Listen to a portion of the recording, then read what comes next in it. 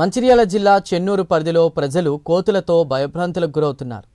కోతులు దాడి చేస్తున్న నాయకులు అధికారులు పట్టించుకోవడం లేదని ఆవేదన వ్యక్తం చేస్తూ ఉన్నారు. ఎన్నికల సమయంలో ఓట్లు వేయమని వస్తున్నటువంటి నాయకులకు కోతులు కనిపించడం లేదా అని వారు ప్రశ్నిస్తున్నారు. ఇక పట్టణంలోని కోతులను పట్టిస్తామని హామీ ఇస్తేనే ఓట్లు వేస్తామని డిమాండ్ చేస్తున్నారు.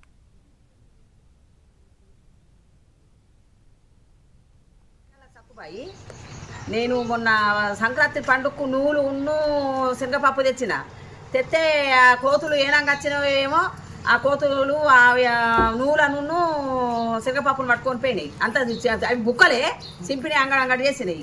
అయితే మరి అందరూ ఓట్లు వేయమని వస్తారు. మరి ఈ కోతుల సమస్య తీరినాక ఓట్లు వేస్తాం, అంతవరకు నాకు వేయం.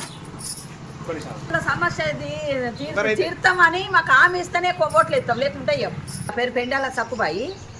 నేను మొన్న సంక్రాంతి పండుగకు నువ్వులు శనగపప్పు తెచ్చిన.